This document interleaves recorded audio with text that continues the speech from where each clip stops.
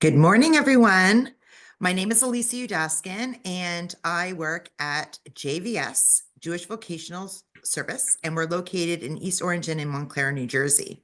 As I always start, I want to tell you a little bit about JVS. So JVS was founded in 1939, and basically what we do is we're a nonprofit that helps people overcome barriers to finding employment.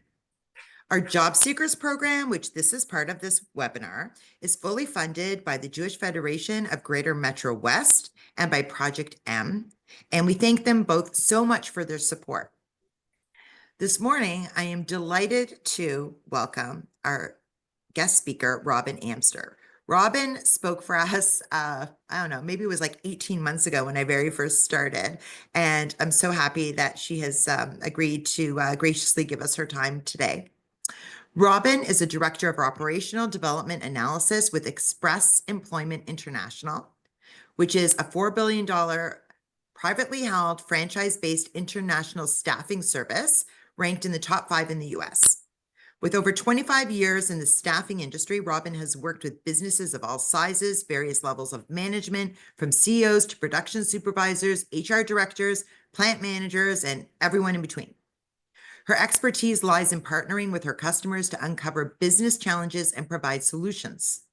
She has managed teams, having hired hundreds of people over the years, and currently serves as a field liaison to Express's headquarters in Oklahoma. Robin is home-based.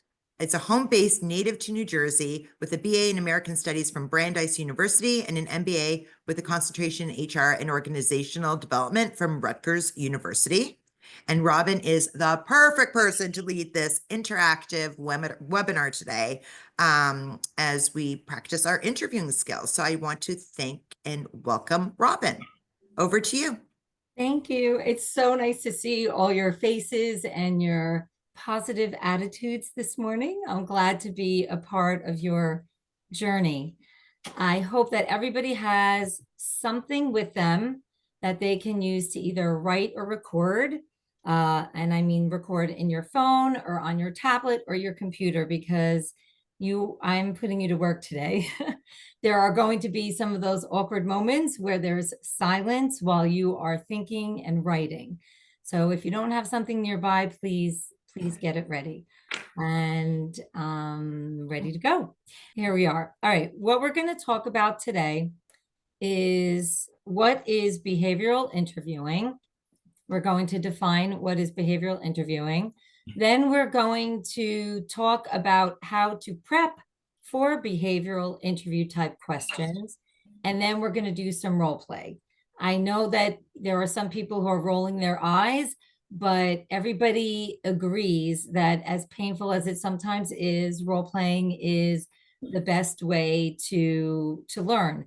I'll give you an example. My husband was self-employed for, I don't know, maybe 19 years and decided to switch careers.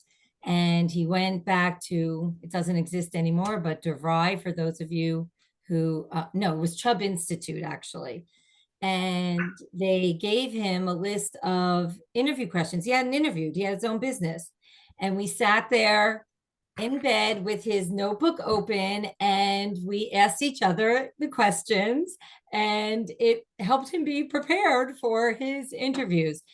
P.S. ended up changing careers and it was a wonderful thing. Okay, back to our regularly scheduled programs. Then we're going to talk about closing the interviews and we'll have some Q&A. What is a behavioral interview? A behavioral interview is a type of question that is based on the premise that past behavior is an indication of future performance. Past behavior is an indication of future performance. And what that says is, if you did something a certain way in the past, that's most likely how you're going to do it in the future when you work for me. So hiring managers will take a look at the core competencies of an open position, and they will devise questions based on those core competencies. I'm sure, I mean, show of hands, How many of you have had the type of question that says, tell me about a time? Give me an example, right? So these are what we call behavioral interview questions. And when you answer these questions, what you want to do is use the STAR format. And you may have heard of this before, where you give an example, you talk about the situation, the task that you had in front of you, what was your action, and then what was the result of that action. This might require some thought ahead of time. You're all looking at the job, obviously, the job postings, or if someone's telling you about the job, you want to think of the role and then what are the core competencies of that role. I'm going to give you an example, and please bear with me because I'm going to switch screens. But I'm going to give you an example of an Indeed posting. So here's a posting for a property controller.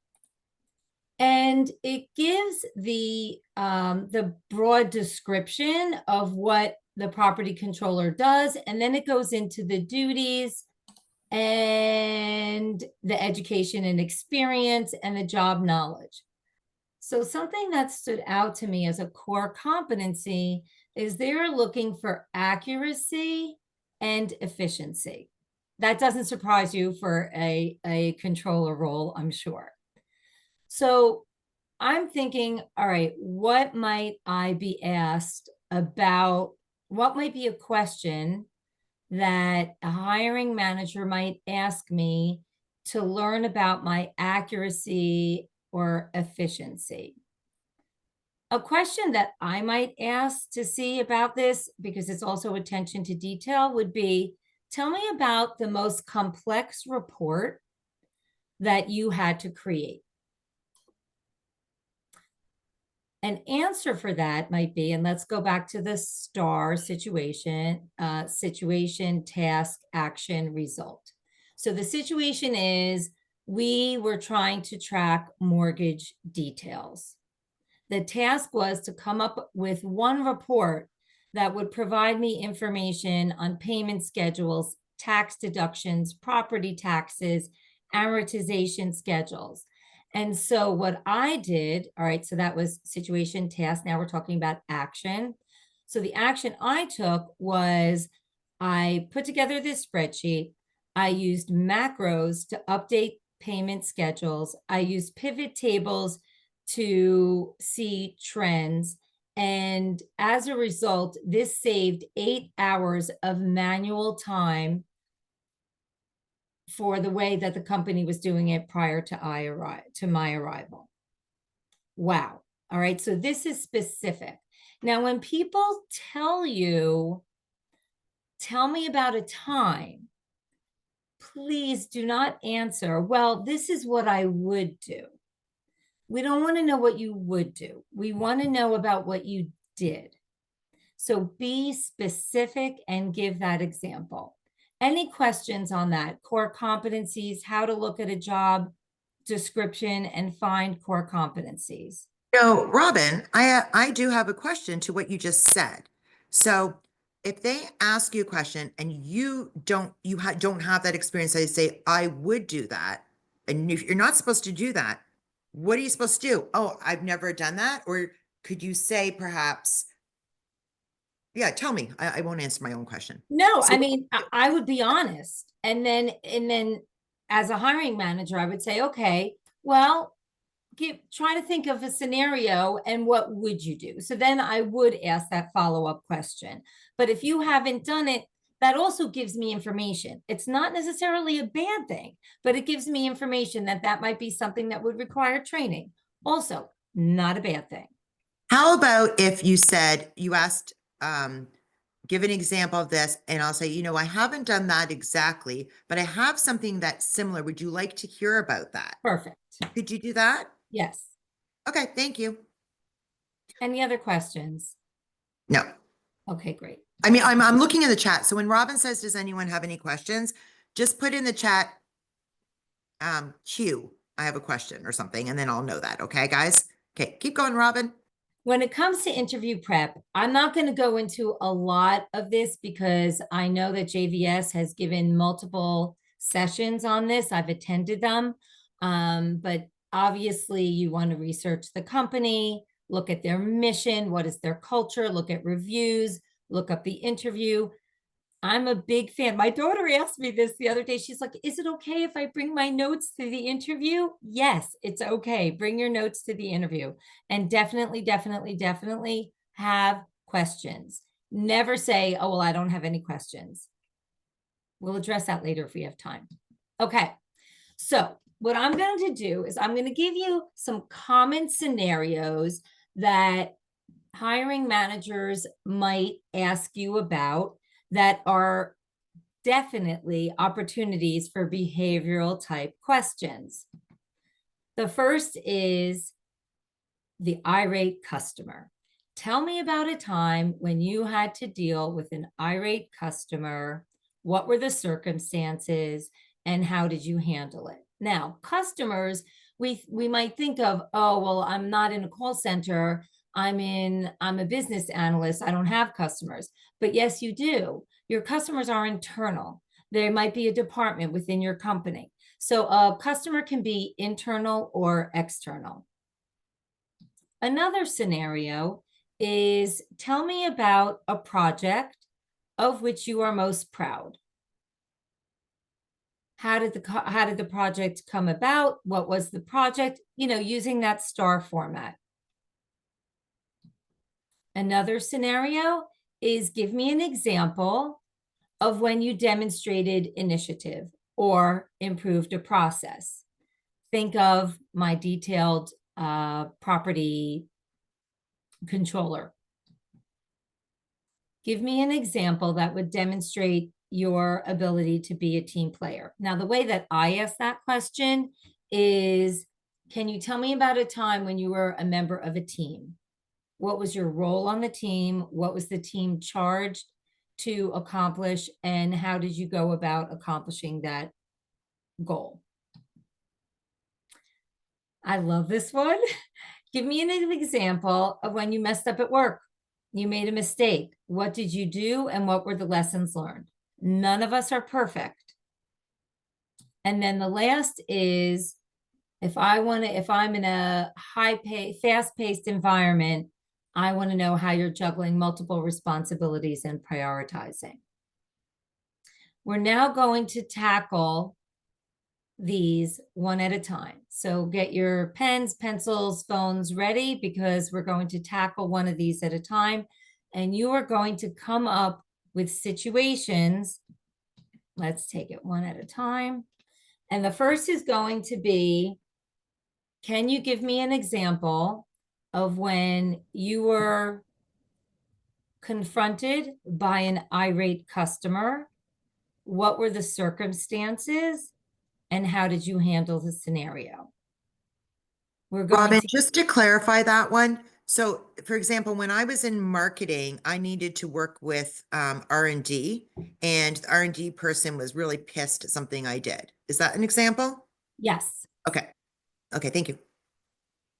Any questions other than Elisa's on this? All right, so let's set the clock, and I'm not going to give you the Jeopardy music because I feel like it's a little distracting.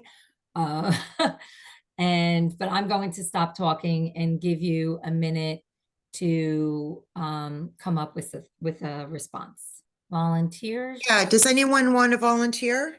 Yes, I can. Oh, I like it. Thanks. You get the door prize. Hi, Robin. This is Mitch Grable. All right, Mitch, what type of work are you looking for? Yeah, I'm looking for a project manager role, supporting financial services. I'm more of a business manager, not a technology manager. So when your example of irate customer, I was actually going to kind of substitute for maybe an irate manager that I have to deal with to get information from. Would that work? Sure. Okay. I mean, your customers can be above you too. Okay, good. So as you know, as a project manager, the way to move a project along is obviously you have to get a lot of information from your SMEs that you're dealing with to make a project move forward. So there are times in my time when I was dealing with a difficult manager that I couldn't get information from. So how I deal with this is I understand where they're coming from. I know how much they have on their plate. So I would approach it this way. I would ask Okay, this I'm going to person. interrupt you, Mitch. Okay. Safe space. I'm looking for a specific example. You talked about this is how I would handle it. I'd like to know, you have this manager in front of you. He's difficult. Why was he difficult?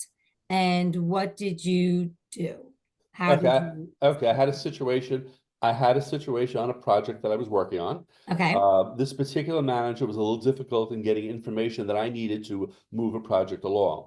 So I said to him, I understand that you have a lot on the plate and you may not be able to get the information I need right away. Is there someone else on your team that I can work with that I can get the information from? So I try to approach it with empathy and being professional.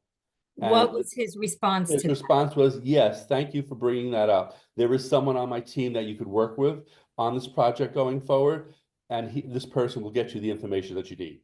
Great, great, great, great. Okay. So what I'm looking for as the hiring manager is the fact that you acknowledged that he was in a difficult situation. Everybody wants to hear I'm sorry or I understand. That's so important. It's not about you, it's about them. So that's critical that you mentioned that. The only other feedback that I would have is you do want to be careful about how you talk about a manager because they might internalize it. Oh, well, you're saying that your managers are difficult. So I wouldn't necessarily identify that it was a manager. I would just say I was working with someone. Okay. I needed information from that person, and there was always a delay in getting that information. Okay. Otherwise, really good. And I appreciate your bravery. And as you know, as a project manager, it's all part of building relationships with various teams in the organization. So Right. that's very important. Thanks, But Robin. your specific example showed me everything I wanted to know. You Right. acknowledged that that there was stress there. You acknowledged that. And then you came up with an idea. You were proactive on how to resolve that. And the result was he was appreciative. So perfect, perfect, perfect. Okay, do we want to have another volunteer on this scenario? Would anyone else like to try? Yes, can I? Yes, Odette. Okay. What type of Good work morning. are you looking for, Odette? Okay, I would prefer to go in the compliance route. I was a bank manager, but I do prefer to swerve away from the sales orientation part and go more into operations and compliance. Okay, It great. could be compliance in any area, not necessarily banking. Okay, so with regards to irate customers, oh, we've had them regularly. And my situation, I will tell you, this time I remember this specific lady, she had lots of deductions coming out from her account that she was not aware of. And of course, a balance went down a lot. So I brought her in, have her seated, introduce myself, ask her, certain, little questions and so to smooth over the situation and calm her a bit. And, I took her account, I looked at it, I turned the computer, I even showed her, well, this is what is coming out, this is this and so. And I asked her certain questions. And the certain pointed questions that I asked her, it seems as though she did not think about it. Now, that's the situation. The action is what I did. The task was to really find out the cause of it, seeing that she was not aware. Now, the cause of it, when I delved into it, it was coming from a specific ATM, which is near her home. So I asked her questions like who was in her house at a certain time, that sort of thing. At the end, it turned out it was her son who was doing it, Ooh, and she was not aware. And she was so happy, you know, when I brought it to her. And I did not point out it's your son, but I allowed her to figure it out herself. Great, And great. she was so grateful. She came back the week after and she said, you know, it's settled. He stole it and this, that, and the other. And he felt he was entitled to it. And the stepfather had just passed away, and so she thanked me for figuring it out, but I allowed her to figure it out. She chose not to make a police report, and he agreed to pay her back. And things happened very well after that. But that's a Great. good one. But you know, Yes. it's situations like that you went through almost every week. Right. Okay, that's perfect because that's just an example of what you encountered on a regular basis. Excellent example. What Thank I you. might want to hear is more specifics, like what did you say to her as you brought her over to your desk to show Okay. her? I love that you showed her the screen because that's showing you were being transparent with her. A lot of Mm-hmm. times when people are stressed, giving them information is helpful to understand the situation. So very good job. Two really nice examples of how Thank to answer you. that question. What I recommend for each of you as we go through these is to have these answers ready. And these are the ones that you literally can walk into the interview. This is what I've done with that pad of paper, and you have these scenarios with your specific example. Otherwise, you're sitting there thinking like, oh my gosh, what am I going to think about? And this shows that you've prepped and that you have these stories on the top of your head. Okay, so now let's go to a project of which you are most proud. Here again, I'm going to give you a minute to think of this and to write it down and be prepared to present. Get me a volunteer here. Yeah, absolutely. Does anybody want to volunteer? You can put it in the chat or you could just say it out loud, just like we've done before. I could volunteer for this one. Okay, All right. Norman. Let's go, Norman. What type of work are you looking for, Norman? Something in the financial planning and analysis, like director of finance or senior manager of finance, managing budgets, etc. And I have worked mainly in the pharmaceutical industry. Okay, great. All right. So tell me about a project that you're really proud of, an accomplishment or a project. Yes. So I was tasked with valuing a compound that my company was interested in acquiring from a Japanese company. They wanted to acquire this compound to develop internally. So I was responsible for preparing the valuation of this compound. So basically, that involves gathering data from various stakeholders across the company, such as R&D, commercial, manufacturing, etc. So over a period of about 4 weeks, I was working on this project, and during the process of bringing together all the information, I then determined the valuation based on the computation that I perform. And at the end of the day, it turned out to have been one of the best acquisition that the company made. That compound went on to be marketed by the company and became one of their top selling brand. So that project of which I'm most proud. Amazing. Tell me how you identified the stakeholders. So basically, based on the inputs that I needed for my valuation model, so I needed someone from manufacturing, for example, to provide an estimate of the cost of manufacturing that product once we acquired it. I identified from the commercial department how much commercial spend we would need to put behind the product once that product is marketed. So I went down the line based on the input I needed to identify those stakeholders who have that information. Okay, great. What tools or technology did you use to put the valuation together? It was mainly an Excel spreadsheet. So I did all my modeling within Excel. Wonderful. Okay, perfect. This is giving me an idea of how you approached. Notice that I asked for specific details, so you might want to include those details. Your answer was concise. It was methodical. No shock that you're in financial planning and analysis. But as your what I really liked was how you were succinct.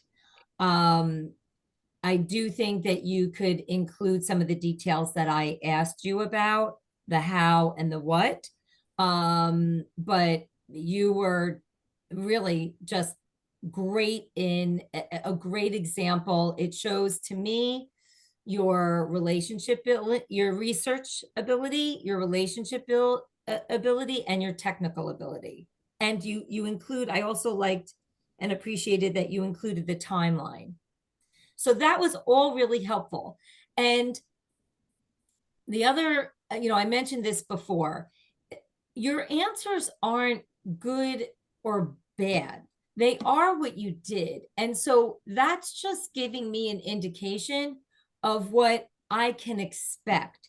So the case that we talked about before is, all right, if you don't have that experience, you might need more training. But everything else that I heard in the interview makes me want you. I just have to allocate more ramp up time if I hire you. Once again, not a bad thing. It's just giving me information about you.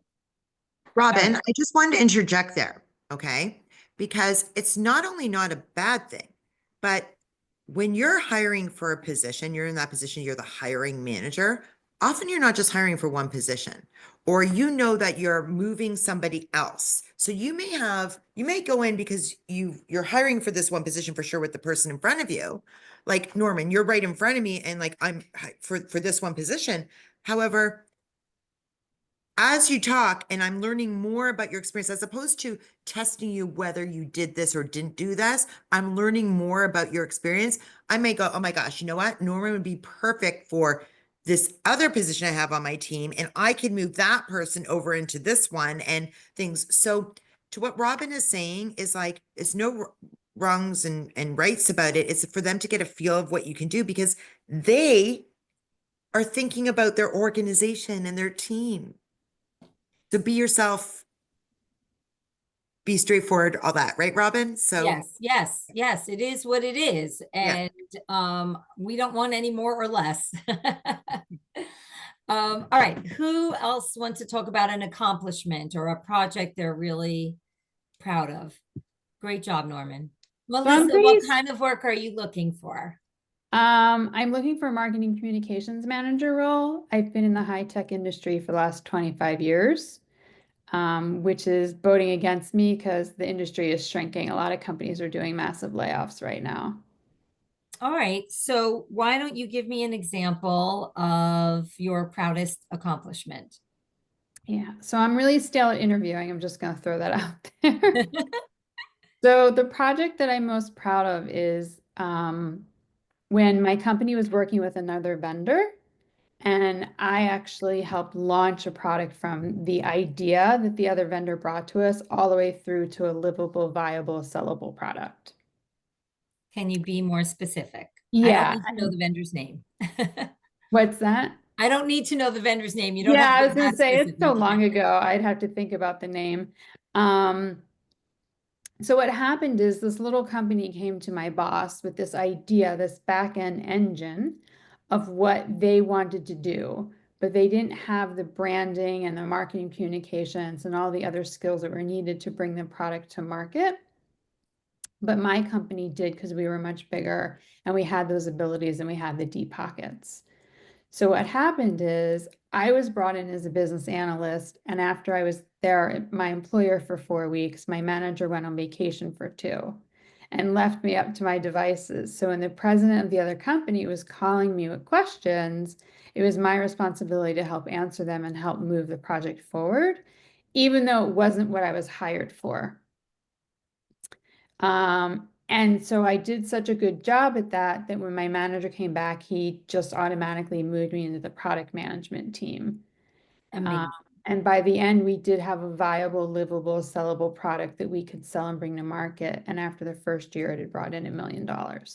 Wow. Wow. Fantastic. Okay. Can you walk me through some of the steps? Give me, maybe I'm a fly on the wall on one of these phone conversations or meetings that you had with this person. What was that dialogue like? Oh, what I did is I actually met with the department head of each department within the company so I could learn more about the company. And I met with people in the product management team so I could learn more about the project. Because some of Okay. those people were familiar with the project. Great. And then how did you consolidate that to bring it to this vendor? It's a good question. Basically worked with each department head to get through each piece that I needed in order to bring it to market. So I worked with sales to set up pricing. I worked with marketing to come up with our marketing plan. I worked with the IT department to make sure the back-end database tables were created. So it was really a cross matrix management format where I was talking to every department head within the company. Okay. And in what format did you present your findings? It's a good question also. Well, I was working with my manager along the way, so he knew what I was doing. But what I did is I created a bi-weekly newsletter that I would send out to the entire company so they were aware of the progress that I was making. Okay, great. I love that you're in the interview process now because I can tell how you're going back into your vault and really reflecting on some of what you do. I want it to be wrapped up in a bow so that on that interview, all of this comes out. Similar to Norman, give those specifics about how you went about doing it. That's what I want to hear. I want to know what was your process to get there. Okay. And I know that I asked the question generally, but what I'm looking for is the specifics. How did you go about it? What tools and technology might you have used? And then the result. So you gave me the what and the result, but not the how and the technology. Okay. And that would be helpful to me. Once again, past behavior is an indication of future performance. So now I know, well, this is how her brain works, and this would work very nicely at my company. Right. All right. I really appreciate your coming forward and allowing me to unpack that with you. So thank you. Thank you. Okay, great. All right. Let's get back here. The next scenario is give me an example of when you demonstrated initiative or improved a process. So sometimes people don't know what that means, and I'll explain it. You went into this role, you were trained in the role, you did the role, and then after you mastered it the way that you were trained, you thought to yourself, there's got to be a better way. And you came up with a better way. I'm going to be quiet for a minute and you guys can get busy with your answers. I do want to also just say that it's fine if you have more than one example, and you might want to think about having a couple of examples, because as you're in the interview, you might realize that one example might be better suited than another. Right now, I just want to get you in the habit of thinking this way. Core competency, what might that question be? And then prepare an answer. Okay, Elisa, Christian has his hand raised. I don't know if that's as a volunteer, but I'm ready. That's what I was thinking. Christian, did you want to put your Yeah. camera, please? Oh, sorry. Yeah. Just for And this part. Thank you. of course, somebody decided to call me exactly right now at the same time, which was lovely. But I like that because that's initiative. He really didn't even wait to be asked. He had his hand up. There you go. That answers my question. thanks. All Yeah. right, Christian, what kind of work are you looking for? Well, I'm a digital marketer, so I have deep experience. I have experience across the board in all phases of marketing for small companies. But like if it's a big company, I have deep experience in website production, SEO, analytics, and conversion rate optimization, otherwise sometimes known as online fundraising, for which I've raised millions of dollars for Okay, nonprofits. good for you. This is a hot skill right there. All right, so give me an Yeah, example if they pay of me. a Yeah. time that you took initiative at a company or improved an existing process. Sure. So, I was working at this nonprofit, and after an hour of my life arguing with others, which is the best shade of green for a digital marketing initiative, I decided that we needed to be making data-driven decisions. There's got to be a better way to make these decisions rather than an hour. So I decided to institute this idea of making data-driven decisions. So for answering these kinds of questions with these. So I created and configured our analytics solutions from scratch.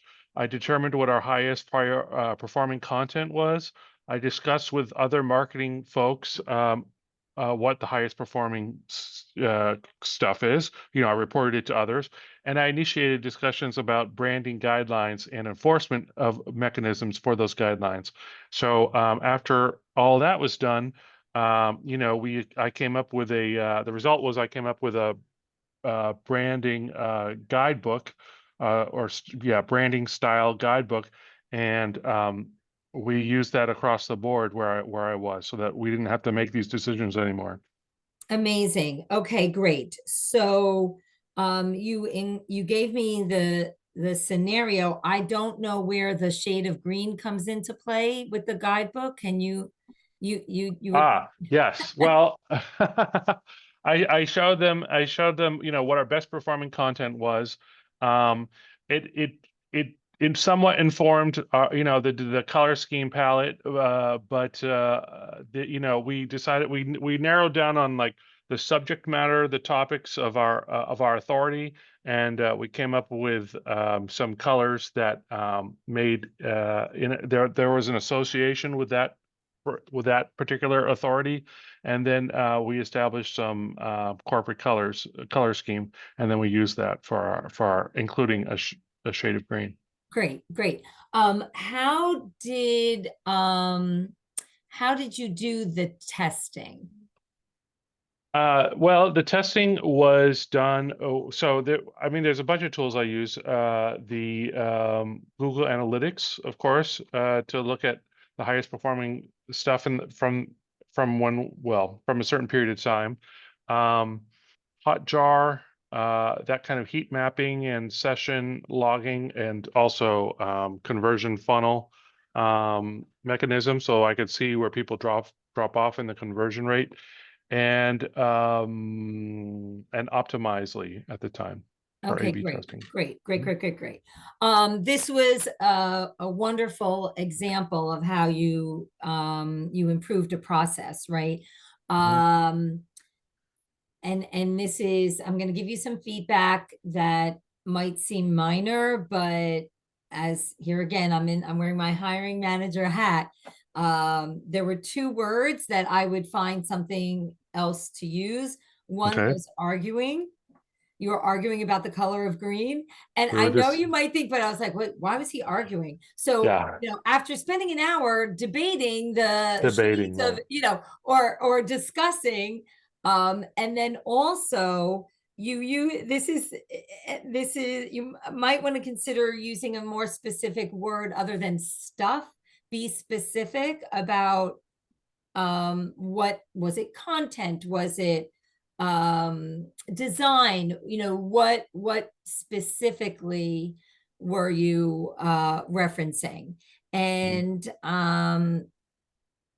this result is this guide that has data to support it, and that's that's amazing because it is saving hours of debating time, right? Over over minutia that in the big picture, it's not minutia because it is, having an impact, but you're saving a lot of people time. And you did describe how you went through to the different groups to get that. So excellent job there. And just tighten up a little bit, include the technology. I might be using different platforms and I might be saying, oh, wow, if you have the Google Analytics, that's kind of helpful. Once again, not good, not bad, just helpful for me in making my decisions about your candidacy. All right. Okay. Thanks. Thank you for your initiative in raising your hand before we even asked. Okay. Let's get another example if we have another volunteer. Yeah. Do we have another volunteer? I think we're going to be giving out the Oscars. I are love coming that- up on Sunday. No, So we The might be hands are giving out- coming up. Okay, so I think William's hand went up first and then German, you can go for the next question or the question after, if that's cool.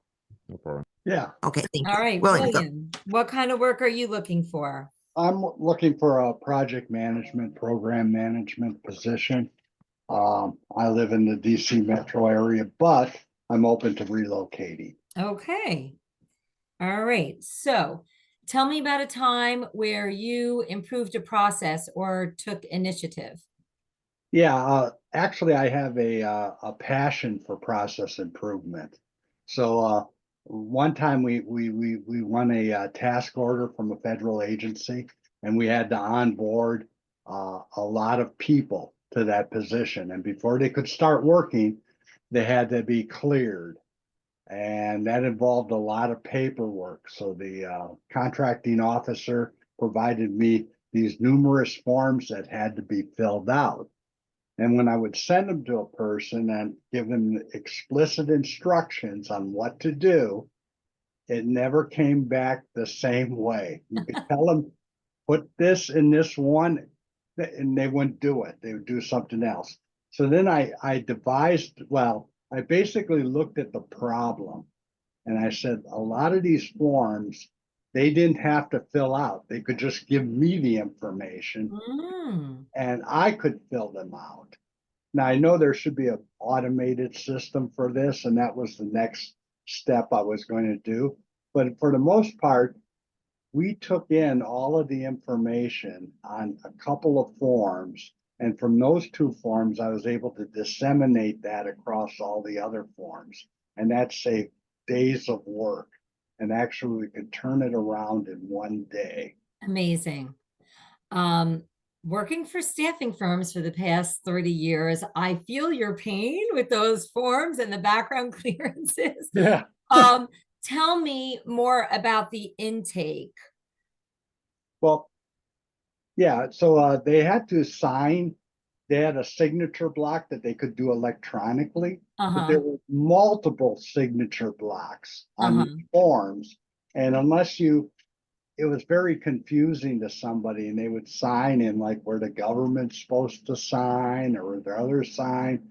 And so I would specifically take a snapshot of the area where I wanted them to sign and put that in the email too, step by step, what to do.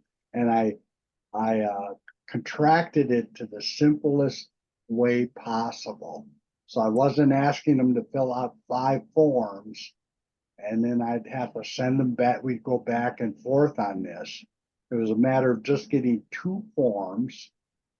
And then I was able to take that information on those forms and put them in the other forms. Even if they made a mistake on that one, that process was going on at the same time. Amazing, amazing. Great. Okay, really, really good. You not only did you explain the pain, but you explained how you addressed it. And at the end of the day, you enhanced your customer experience, right? So not only did it save time for your the candidates, But it also, made it a much more pleasant and interactive experience. Great, great, great, great, great, great. I would be prepared to include that example of what you did, but super, super. Would it be over explaining? Because I do have a passion for process improvement. It comes from the days when I was a commercial artist, where to make things difficult and complicated is very easy. The simpler it is, the harder it is, the more difficult it is. So that's why I like to have everything very intuitive. Yes, yes. So I think that the example demonstrates that. You don't need to say it on top. And that's why we're going through this exercise. I want to know your process. Your process is going to tell me. And you know how these interviews are. They're busy people. They have limited time. So you want to be succinct in your response. Okay, great. Let's get to what our next scenario is. Team player. So the question is, as I said before, give me an example of a time when you were on a team. You were given a goal, a project. What was the goal or project? What was your role on the team? And how did you get to achieve the desired result? Going to give you 1 minute and then we'll come back. Elisa, who did you promise the next one to? The German. German, what kind of work are you looking for? I'm working an IT leadership role. Okay. And so what I do for my interviews is I do have like a list of examples that I pre-prepare before the call that I normally use. So I have like a Word document with multiple of these star answers, and I try to look example that are closer to the question they are asking, because Perfect. it's impossible to be ready for everything, I think. Yeah, you could have led this session. That's exactly what I'm looking for. Yeah. So, so basically what I can do is this team player, I can take one of the examples that I have and try to use that. Okay, walk me through it. So let me try that. So when on one of my previous jobs, when we were implementing an ERP across 10 different countries in the region, and I started to find out that there was a need to improve process in finance and operation. So during this implementation, we found a lack of accountability from the accounting teams that were not so involved in this process. So what I try to be is a team player and help them by building a very strong connection with them and proposing new ideas or new approach to this problem that we have. So what I did was to actually ended hiring two subject matter experts, one in operation, one in finance, even when I was in IT, that helped me to gather all the local requirements on each of these countries. This resulted in understanding local legals and tax regulations, helping us to localize process and software by providing the right training to the local users. And actually, after taking this approach and being a good player, a team player with the finance department, this helped us to fully implement the ERP, and I received a very, very positive feedback from the global CFO. Great. Can you tell me, how did you go about, I mean, it's always sensitive, right? When you have an underperforming area, how did you go about building that relationship with the accounting group? Yeah, the important thing is coming with a positive image and energy. I'm not trying to blame them or point fingers or look for who is doing the wrong. I'm just trying to build a relationship and help each other. So my goal was to roll out a new technology, and we couldn't make it without their really a commitment over that. So instead to be against them, I approach them and I help them. So I build a strong connection. I build local connection at all levels, and I explained them that we are here as a one team, and we have to work together to move forward. This Okay. was this a good answer for your question? Yeah, so let me just get a little more clarification. As a result of what you uncovered, that's when you determined that you would need to hire these two SMEs, correct? Correct. Okay, great. All right, so one more question. Yes. Was there any member of your group who was not on board with what you were doing? Not actually from my team, you mean, or from Yes, the from your team. No, in my team, nobody at all. Actually, most of my team were IT engineers, network engineers, server engineers. So there was a big lack of understanding the finance environment, finance process for my team as well. So having these extra resources was actually like a bridge point that helps to connect technology with the real scenarios on field. Right. Okay. All right. This was a really good example that you gave, German. What I might want to hear more of, which is why I pressed for it, is Mhm. that relationship building. Clearly, you have the IT expertise, but so often it's hard to build trust. So you do want to give the details around that. I ask them about their process. I spend time observing them. These are like the specifics, especially for an IT professional who's not always, IT, we know they're strong with their technical skills, but what about those soft skills? So the fact that you have them and were able to use them, that's very appealing to me because you got the right and the left side of your brain here. So I want to know more about that. Don't underplay it. Be specific about it. Excellent. Okay. I'm gonna take that But feedback. I great. appreciate it. And we've all been there, right? We've all been there when someone's hesitant. Something else that I sometimes pursue with the team player question, and I tried with you, but it wasn't an issue, is when we're on teams, oftentimes there's one person who's just not pulling their weight. And so I'm going to ask you, okay, how did you interact with that person? And in this case, it wasn't appropriate. Maybe in our next example, it will be. Elisa, who do we have next? Thank you so much, German. This was great. Thanks to you. Yeah, so excuse me. So the preferred method has been people putting up their hand or saying something instead of the chat. Does anyone want to practice around? Prompt. All right. So this is a hard one. We're being vulnerable, but it is a safe space. Give me an example about a time where you made a mistake at work. What was the issue? How did you handle it? And what were your lessons learned? We'll give you a minute for this.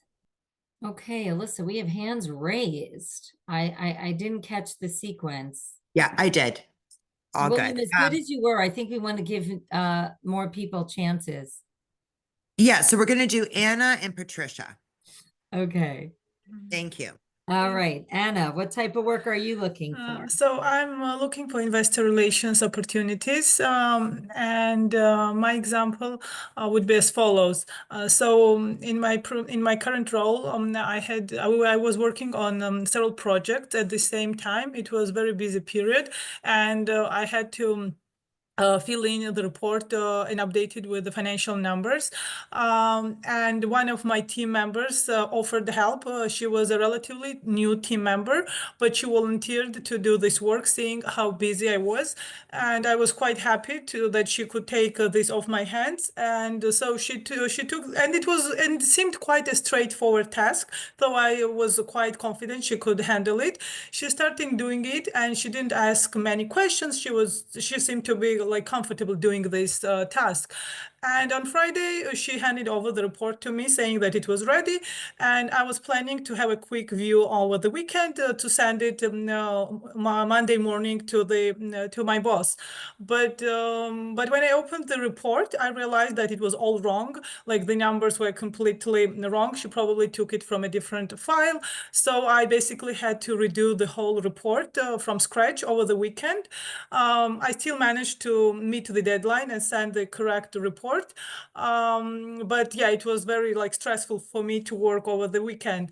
But what I learned from this task, situation was that this was actually my mistake because I did not explain the task to this new team member. I just assumed that she knew what she was doing, and so this was basically my mistake, not spending, let's say, 10-15 minutes, maybe even a half an hour explaining the task. So I had to pay the price to do it all over again over the weekend. Great. I mean, not great that this happened, but good that you learned something from it. Other than explaining it more upfront, and this is such a common, right? This is so common. You know, we just think that people know things. Is there anything else different that you would have done other than explaining it upfront? Probably I would also check while she was working on it, or not wait till the end, but maybe set some milestones and check how was she doing, and this would also be helpful in the process. Perfect, perfect. I mean, look, you good for you. You were vulnerable. You did what you thought was the right thing. Also about assigning it, and you gave someone the benefit of the doubt. And here again, it's not that it's bad or good, but you learned something from it and you'll do it differently the next time. So perfect, perfect, perfect. Thank you. Okay. Jacqueline, we said was next. Or no, who? No, sorry. Now Patricia. Oh, It's Patricia. Patricia. Yes. Yeah. Okay. yes, So what type of work are you looking for? Well, I wear a bunch of different hats, but this is I'm a researcher, and so this would be a research advisor position. Ooh. So my scenario is a little unusual, which is why I wanted to share it and get your feedback. Okay. Okay, so the mistake was, so I was the leader of a research project, and the approach that was taken was to basically do a clinical trial of a mobile app for a particular target group. My view all along was that a mobile app was not the right type of tech for this particular target group, but my team really wanted to go with a mobile app, and I thought we should be using a lower tech approach. Well, turns out the mobile app cost a lot of money to discover that, in fact, it wasn't the right approach for this group. So, yes, we learned that a lower tech approach was right, but I don't know how to present this where essentially my point of view was correct, but I opted for the team wants this. And so I don't know if this is a good scenario or a bad scenario, but I learned my lesson, I would say, was either I should have stuck to my guns, or, which is not a thing you want to say in an interview necessarily, or that I should have a plan B or a compromise scenario where you can test the competing hypotheses without sort of expending a huge amount of money to learn that one is better than the other. Okay. What was the reaction of the team who was in favor of this approach? Oh, at the end of it, they were all like, yeah, we shouldn't have done that. In other words, you know, the team was at the end sort of came to the conclusion that I sort of predicted was going to happen. So again, I'm not sure this is a good scenario to use, because I was correct initially, but I don't want to be like, oh, you know, see, they didn't listen to me. And right. Was the team, how did the team feel about did they know that you were against it initially? Yes. And how did they feel about the fact that you gave their approach consideration? Nobody was weird about it. Everyone sort of came to the conclusion that, yeah, we shouldn't have gone with the mobile app. Right. So we all did learn. It was Right. a very expensive lesson. Yes. Yes. I would put this under the category, you know how Elisa said at the beginning, what if I don't have a perfect example? Mhm. Can I give you something similar? I Uh-huh. would maybe preface it with that. And the way that you might want to consider phrasing it, because you're right, you don't want to come across the line now, you know, told you so, like, Right, right. What lesson should I have learned in all humility here? That's what I want to be able to express. Uh-huh. But there's a side to it that, you know, that one of the sides that I saw was that as a leader, you were not dismissive of your team, and you gave them the opportunity to see it through. You know, I'll give you an example in my world. You know, we're in the placement of candidates, and sometimes we have people, I need this job, I need this job, I need this job. They're calling us every day. I need this job, I need this job, I need this job. We give them the job, and then they don't show up. And then you don't have a phone number to reach them. And then someone maybe a month later wants to give that person another chance. Do you let them when you know? So it's a tough call. That's how I would describe it. I would describe it more like we had this opportunity. I had some reservations. My team had a different approach. I wanted to give them the opportunity. We ended up pursuing it, and it did not have the desired result. And my lesson learned here is, and I like your plan B, could there be a scenario where we could have done, you know, who was the gentleman, was it Christian, who tried different scenarios from a social media perspective, right? So can you test different scenarios at the same time? I think that that's an excellent compromise, because yes, sometimes you have to say, team, just trust me on this. And I don't know how much money is involved, you know, either way, but if there is a solution, sometimes the trust, you know, earning that trust of your team is important too, and empowering them in their development. So I think it's okay to say, I don't have the exact answer here, but I want to share a scenario where I learned a lesson. Great, That make thank you. sense? That's very helpful. Okay, good. All right. I'm going to go on to the next one, unless Jacqueline is really committed to the mistake question.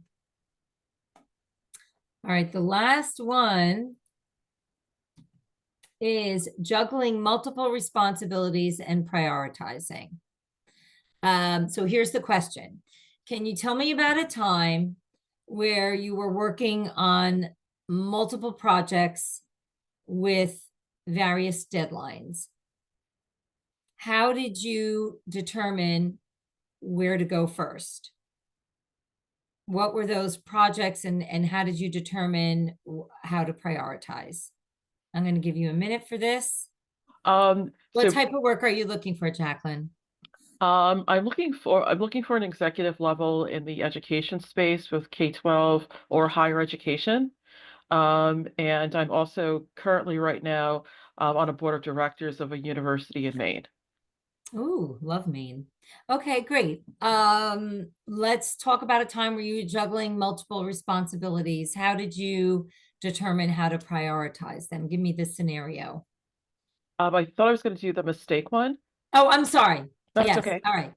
So earlier in my career, I was working in the ed tech space, and I was responsible for merging two companies outside of the United States to join us as one. And I worked with all of the leaders within my organization to get all of the information, confirm that the message that I was coming across was in line with what the leaders wanted to provide. So I went to the Netherlands and I was there for a month. I had a great audience with the team in the Netherlands and basically gave them a really, what I thought, a great presentation in terms of how things would change, what roles would emerge, what type of work we'd be doing. And as I was going through the presentation, I was seeing a lot of bad reaction from people's faces. And I fortunately had a person that I knew in that organization to basically talk freely about him in terms of what happened, because I was seeing this bad reaction from this presentation that basically everyone from the main building approved it, and I couldn't understand why. And you know, after speaking with them over a couple of days, it's like basically you basically gave them a story that they had no involvement. They have within that town in the Netherlands, they had a strong background and a great experience in terms of the content that they developed. But I clearly, in terms of my presentation, gave no, you know, view to that, or showed that their representation was just as important as ours. So I met with the key leaders within the group in the Netherlands, talk to them in terms of what happened and what I could do differently. And then also had small marketing groups to, discuss with them in terms of what they wanted to see and how it would benefit the Netherlands and Europe and not just the United States.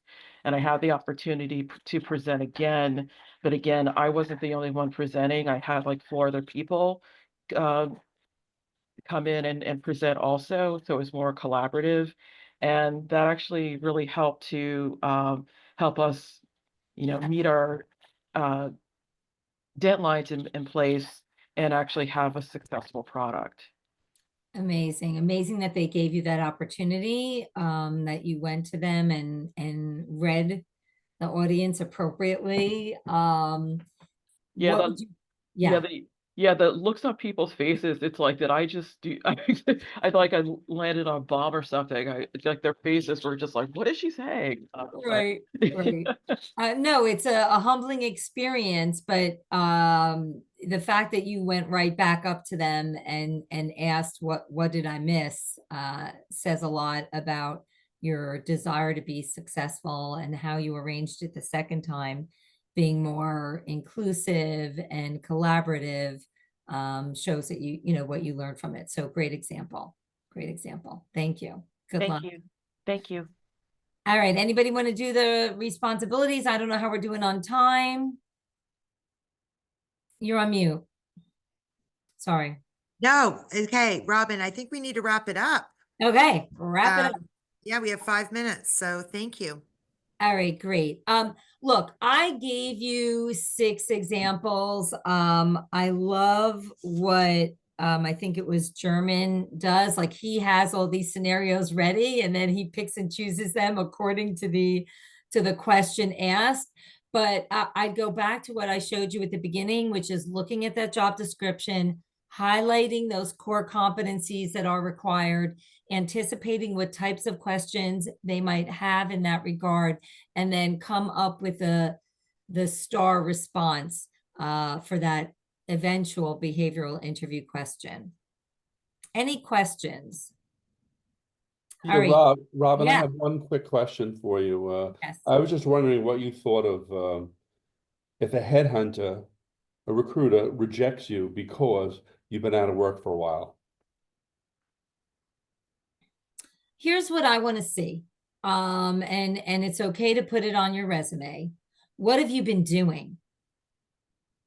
What have you been doing? Have you taken some LinkedIn learning courses? Have you done anything online? Are you participating in networking events such as this? Are you taking leadership roles in these networking events? Have you gone to an agency and looked for some interim contract work?